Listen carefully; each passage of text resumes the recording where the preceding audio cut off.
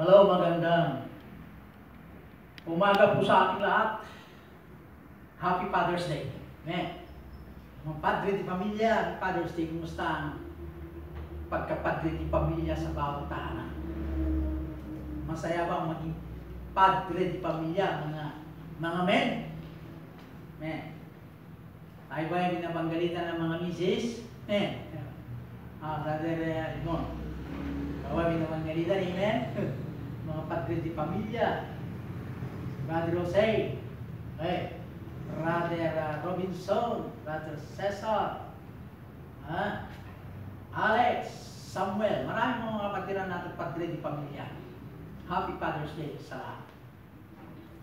Alam niyo, napakasaya maging padre di pamilya. Kung ang mga misis ay sumasang-ayon. Kasi biblical naman na mga misis i-help meet na itinalaga ng Diyos. Kaya padre, mahalin yung mga misis. Kahit kung pangit na, ay wala nang pangit na misis. Yung mga iba, lalo mga pangit misis ko. Kapalitan ko na, hindi pwede yun. Okay, naiba tayo sa usapan. Dito na tayo sa atin Bible sa libro ni Galatians. Chapter 3, verse 1 down to 5. Basahin po, open with me your Bible, brethren.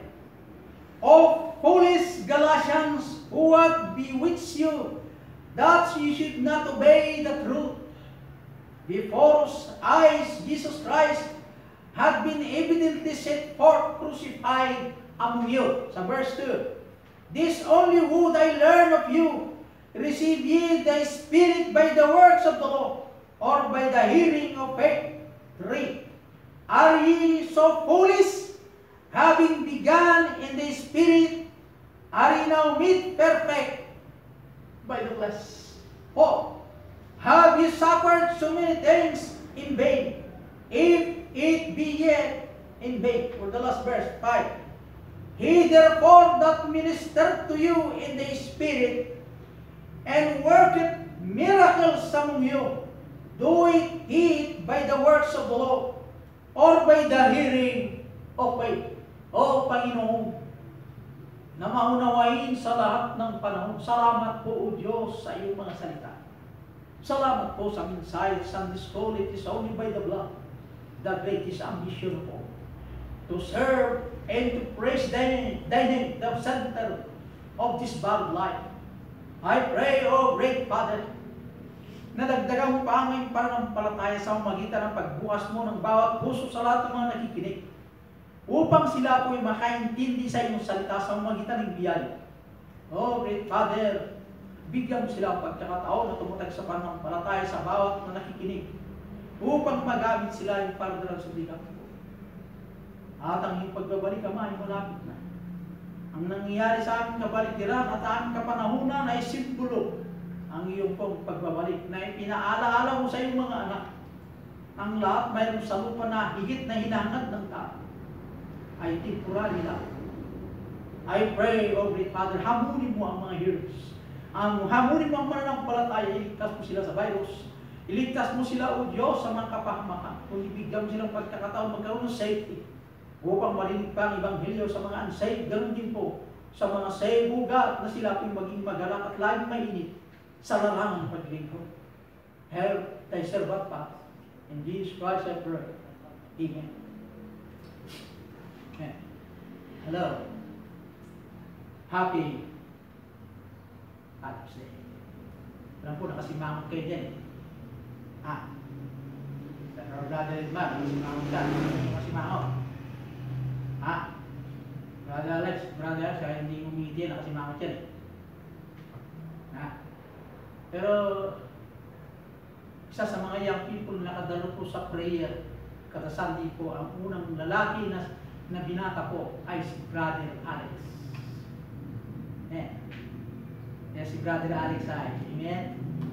Nakakaamon yung testimony ni Brother Alex. Siya po ang una na young people na pumunta sa church. Nakamutuya. Amen. He want to pray to the Lord. He want to serve the Lord. Kailangan backup mga palit nito, mga palit. Kaya, brothers Brother Alex. Si Brother Edmond, saka si Hazel. Hazel naman tatago sa bahay kasi bata pa yun. Mga kapatiran, nasa bahay, makinig po sa mensahe. Ito po ang sinasabi ng banal na kasulatan. Ang title ng mensahe, Sanctification, a product of grace. Produkto ng biyaya. Amen. Sanctify. Ano bang ibig sabihin ng sanctify? Sanctification. Para syuktatin na lang natin. Tayo po ay ibinuod. Sa kadiliman, dinala tayo sa liwanag. Sanctify. Yung pagdala tayo po sa liwanag, produkto lamang ng biyaya. Kaya magpasalamat ka po ang Panginoon. Napakinggan mo po ang mensahe at tinanggap mo si Kristo. Biyaya na. Kinuha ka sa dilim, dinala sa liwanag. Amen? Nakasimangot kayo mga kapatid. Ito Ito. Sanctification, a product of grace. The titles of this message. Unang puntos. Sa verse 1 and 2, chapter 3. O foolish Galatians, what beseech you, that ye should not obey the truth, before us, whose eyes Jesus Christ had been evidently set forth, crucified among you. Tingnan nyo. Foolish, mangmang na taga-Galatians. Yung mga taga-Galatians po ay yung mga Hudyo na mananampalataya sa taga-Galacia, na anak ng Diyos o tinubos ni Kristo. Sila po yung nananampalataya kay Kristo. Nagkaroon po ng tinatawag na sanctification. Kung bakit niya pong sinabi foolish, mangmang. Kaya, mayroong mangmang Okay. Sa atin kasi pagkaintindi natin yung mangmang, yung hindi makaintindi. Pag binigyan mo ng instruction, hindi na susunod. Ang tawag doon, mahinang utak, mangmang yun. Bakit? Yung bang ayaw kong ginagawa mo, kamangmangan yung ginagawa mo. Di ba gano'n? Foolish. Foolishness. Di ba gano'n? Yun lang. Physical. Pero bakit naman? Sinabi ni ito po si Apostol Pablo. Foolish Galatians. Nung nalaman niyo po ang totoo, ano yung totoo? Na ang kaligtasan ay biyaya. Nasa kay Kristo lamang po ang ating pong pamaraan ng kaligtasan ang Diyos Ama ang gumawa ng paraan. Bakit? Nung nalaman niyo yung totoo, bakit sinabi niya mangmang? Kasi po, itong taga-Galatians, yung tinanggap nila na Kristo na biyaya, gusto nilang isingit po yung tinutukoy na hindi lang biyaya na tayo naligtas, kailangan gagawa tayo ng mabuti para kumpleto ang kaligtasan. Kaya ni Apostol Pablo, gusto niyang iparating sa yung taga-Galatian na ang kaligtasan ay biyaya na. We are not deserved. Hindi po tayo deserving. Hindi po tayo nararapat na makamtan ng biyaya. Pagdating po sa larangan ng batas. Nagkasala ka at sinabi ng batas, ikaw po ay lumayo sa Diyos, nagkasala ka. Ang sabi ng batas, dapat mong bayaran. Sa magitan ng pagbabayad mo ay sa impyerno ka mapunta pagkatapos sa buhay na pansamantala sa lupang ito. Iyon po ang kabayaran ng kasalanan.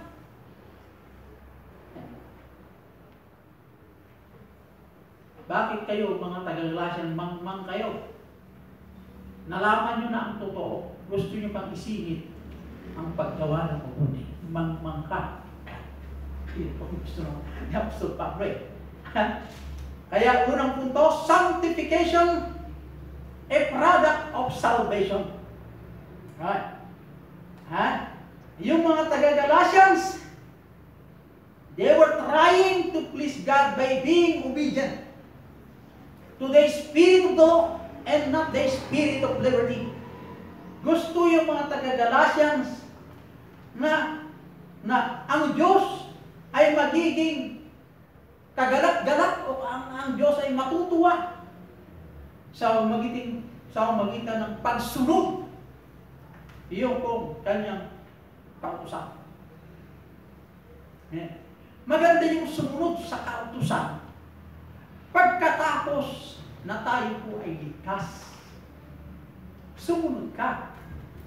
Pero kung tayo po ay ligtas na, sabi po ni Apostol Pablo, dapat ikaw ay magalak sa biyaya na pinagkaloob ng Diyos. Ang dapat natin gawin ay dapat tayo pong magpasalamat sa Diyos sa biyaya na ipinagkaloob sa atin.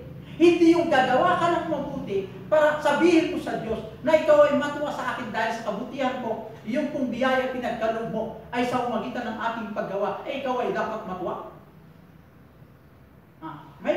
May pagkaiba po yung pagsunod nung hindi ka paligtas.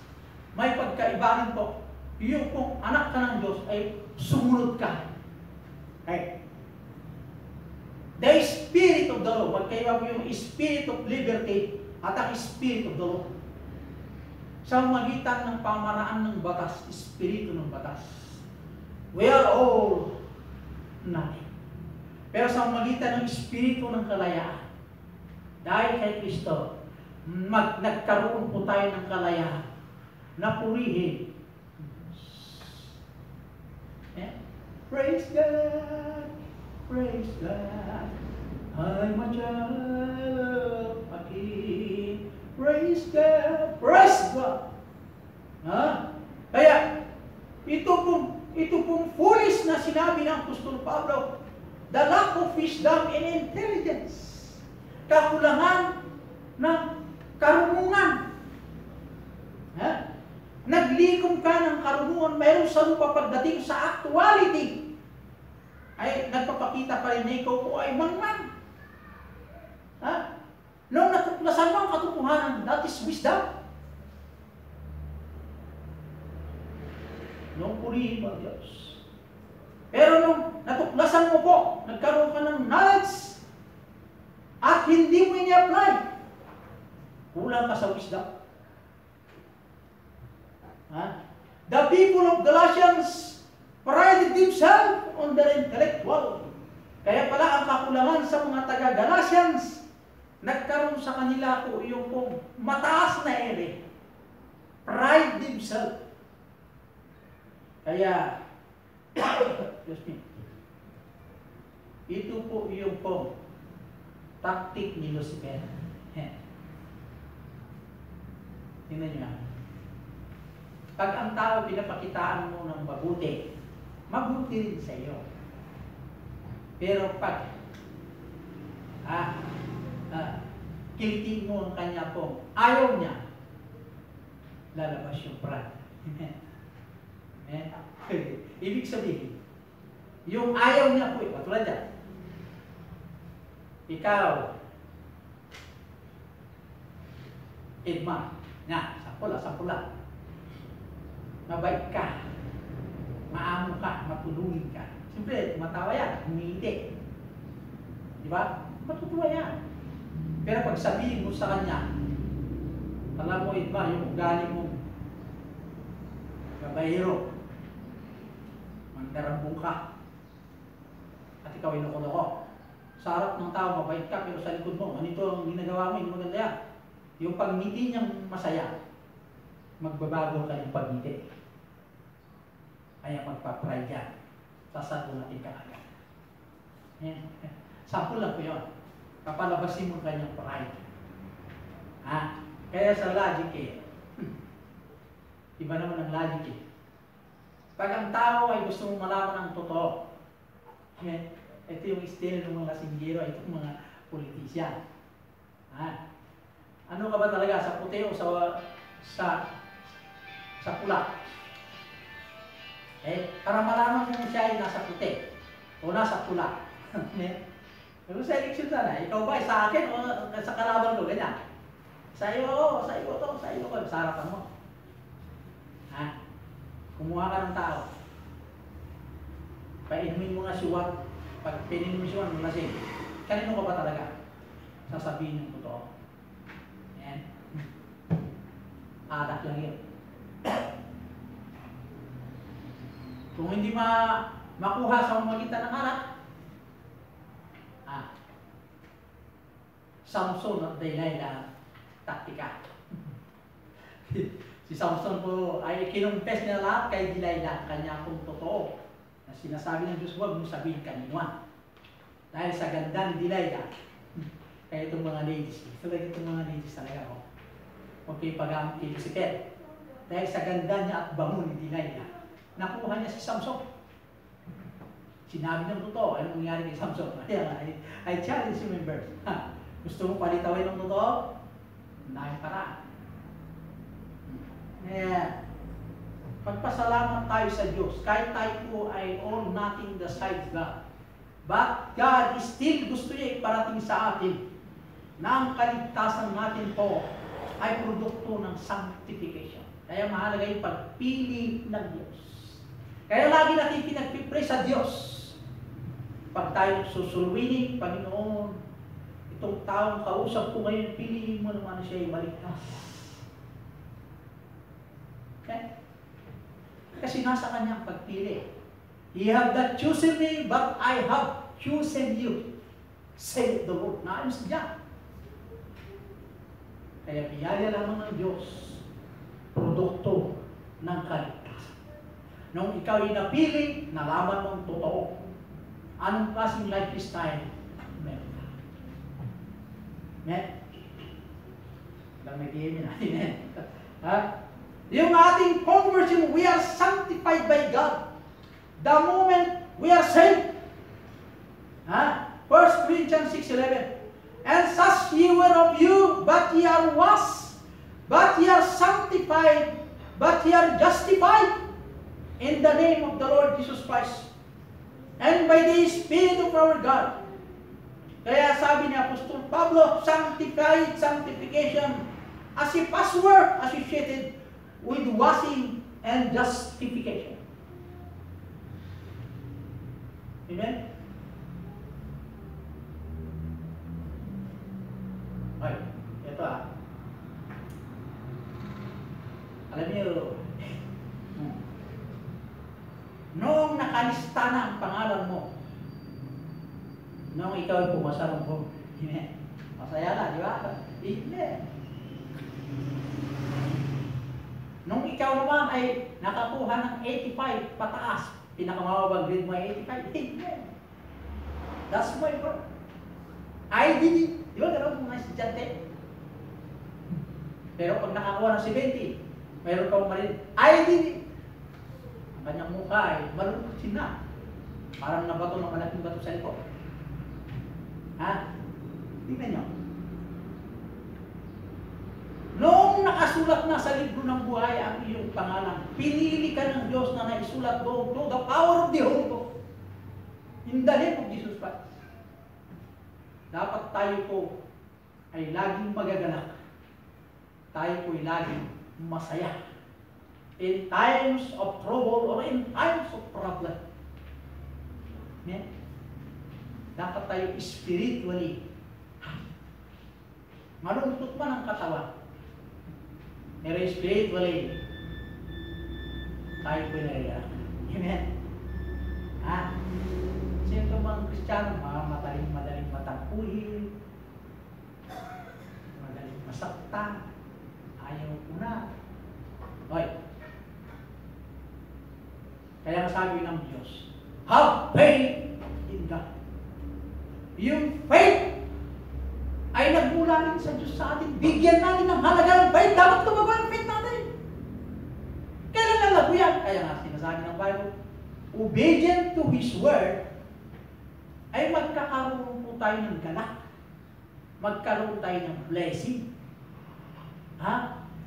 To thank the Lord sa kanyang kabutihan, sa kanyang paggawa, natutuwa ang Diyos. Obedience to His word is our benefit. Magkaroon ka ng blessing, magkaroon ka ng long life, magkaroon ka ng peace. That is benefit sa akin. Mahirap gawin. Pero sabi ko ng Bible, if you only trust the Lord, everything is possible. Remember that. Pangalawang puntos.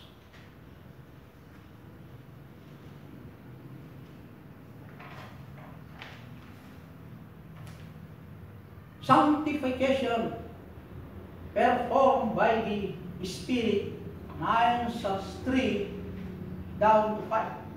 Are ye so foolish, having begun in the Spirit, are ye now made perfect by the flesh? Have ye suffered so many things in vain, if it be it in vain? 5. He therefore that ministered to you in the Spirit, and worketh miracles among you, doeth he it by the works of the law, or by the hearing of faith?